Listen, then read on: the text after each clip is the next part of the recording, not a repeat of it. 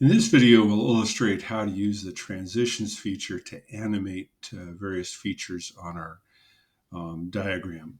So for example, in this diagram, which is a vector diagram of the various major forces on an airplane, I wouldn't want to necessarily present all of these initially. So if I have a diagram and these arrows and their corresponding text have been drawn onto it, I can have them revealed progressively as I want to talk about them. So let's say I want to talk in terms of, um, what is the first force to consider and the second force to consider and so forth. So first I'm going to take the text and I'm going to grab the text and group it with the corresponding arrow. So if you just go to arrange and you say group, and so this is Command Option G, those items will be grouped together. So up here on this one, you can see that that's a separate item. If I shift click and select those, then I go to arrange, and now I can group those. And so now that's going to be treated as a single object. So now that entire thing is one object because it's been grouped. So let's say I first want to talk about the force of gravity. So I click on this, and with my animate window open, which is this one here, I'll just say add an animation. And you can choose a variety of different formats and so forth. And I'm just going to do fade in on all of these. So if I first want to talk about the gravity and then the force which is battling gravity, which is the lift of the plane, I'll select this and I'll add that one. And so you can see over here, I have a blue arrow down for gravity. I have a red arrow up for lift.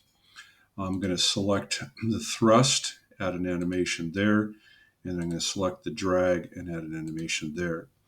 So now if I were to play this, you'll see that what's going to happen is at first, every time I hit the slide, click, I can first start talking about gravity and then lift and then thrust and then drag. And so this is very helpful when we want to start talking about various different features, like let's say vector addition. So if I go to the next slide, which is just a copy of the first slide right here, let's say I wanted to add the vectors, like to see is this plane going up, down, or just in equilibrium. So I'm going to move this one up here, and I'll put that right there, and then I'm going to take the drag and I'm going to put it next to the thrust here. So here I wanted to draw on to show that there's actually a net force up and there's a net thrust. So to do that, I'm just going to use a line tool. I'll just take the line tool here and I'll draw it across right at the top here. And then also another line tool, insert right here. And so we can see here that that differential between those 2 points is going to be the difference between the lift and gravity. And so we can see that there's going to be a net lift on this. And so now I could draw an arrow here, and I could say, okay, that's going to be our net lift right at that point. So that's going to be a net force. And I could do the same thing over here on this side, but I think you get the idea.